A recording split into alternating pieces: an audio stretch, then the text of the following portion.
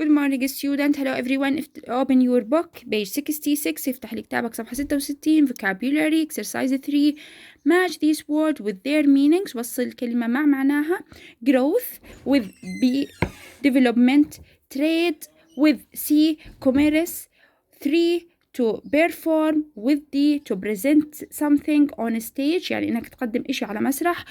To cross يعبر هي to go across. Exercise 4. Complete the sentences with the words from exercise 3 in their correct form. Some word forms might stay the same.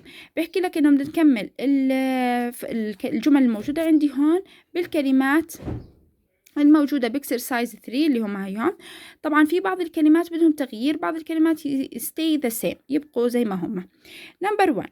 There has been an increase in trade between the east and the west over the years. كان في عندي تجارة بين الشرق وبين الغرب دائما، يعني كان between the east and the west بين الشرق. اوكي، وهاي التجارة دائما كانت ايش؟ increase يعني في دائما في زيادة. 2. A group of international singers will perform live on stage in Beirut next Friday. في عنا فرقة من المغنيين العالميين راح ايش يجوا ويأدوا على مسرح في بيروت الجمعة القادم. In the last 50 years في آخر 50 سنة there has been a remarkable growth هاي مش مكمليتها أنا growth in world population. في السنوات 50 الماضية كان في عندي نمو ملحوظ البوبيوليشن اللي هي عدد السكان في العالم. أوكي، growth هاي growth تبقى كما هي، يعني في عندي زيادة عالية. For when he crossed the street لما هو قطع الشارع عبر الشارع he saw هو رأى the museum right in front of him شاف قدامه مباشرة متحف. طبعا هاي بالماضي لأنه أصلا هي he saw talk about the past فبنحطها crossed. أوكي، طيب تعالي على الصفحة اللي بعدها بحكي لي هون what can you remember. شو بتقدر تتذكر من الدرس اللي أخذناه امبارح؟ cover the text and correct these sentences. غطي النص وحاول إنك تصحح هاي الجمل الموجودة عندك هون. Number 1 بحكي لي Jerash was rich in the past because it was إيش؟ tourist site. هل هي كانت غنية زمان لأنها كانت هي موقع للسياح؟ لا، لأنها كانت important trade route، لأنها كانت طريق التجارة، صح ولا لا؟ 2. People have lived in Jerash for around 600 years. هل كانوا الناس عايشين في جرش لمدة 600 سنة؟ لا، هم لمدة 5000 سنة. 5000 years. In Jerash there was only one building بس بناية واحدة and it was used for entertainment. بس بناية واحدة تستخدم للترفيه. لا، كان في عندهم many buildings. كان في عندي many buildings. 4. There are many there isn't a lot for tourists to see in جرش. هل لا يوجد أشياء للسياح إنهم يشوفوها في جرش؟ لا، no. طبعا الجواب there are many runs. يوجد كثير من الآثار for tourists to see in جرش. يعني بدك تشطب isn't a lot، هاي بدك تشطبها كاملة وتكتب are many runs for. okay.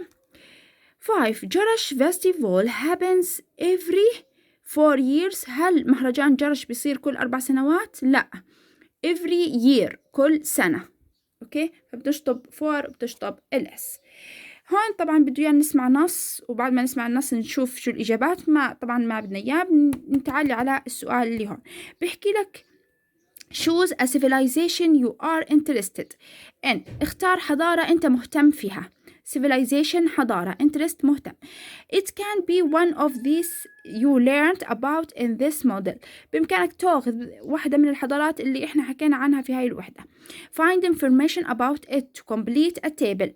أوجد معلومات عنها عشان تكمل التابل الموجود عندنا هون. as the example below. مثل المثال الموجود تحت. هاي في حط لي صورة هون. خلينا نقرأ هاي الآثار لمين. civilization the Inca اللي هي حضارة اللي حكينا عنها حضارة الإنكا. أوكي طيب الكانتري بأي بلد هاي الحضارة موجودة وين؟ بأي بلد الحضارة الشعب الإنكا؟ وين موجودة؟ موجودة في البيرو بساوث أمريكا. منطقة البيرو بساوث أمريكا. البيريود يعني الفترة الزمنية العصر. متى كانت؟ before 1532 قبل 1532. famous building البناية المشهورة فيها اللي هي الماشو بيشو. الفود اللي بياكلوا إيش طعامهم يعني شو هو الأكل. الأرجيكلتشر الهم يعني الإشي المشهور عندهم المايزة والبوتيتوز يعني الذرة والبطاطا.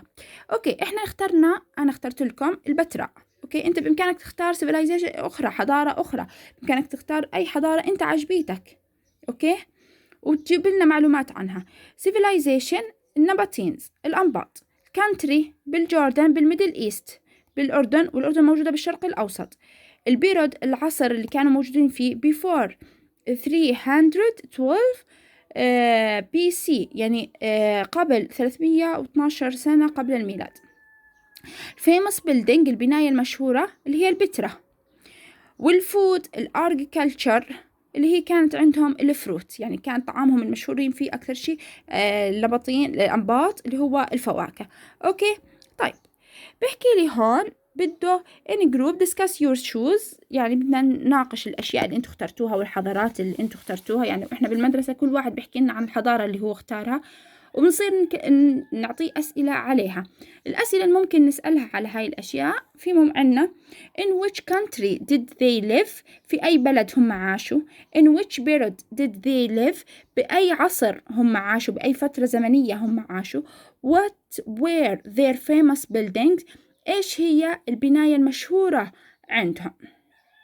أوكي ولهون يعطيكم العافية يا ثامن.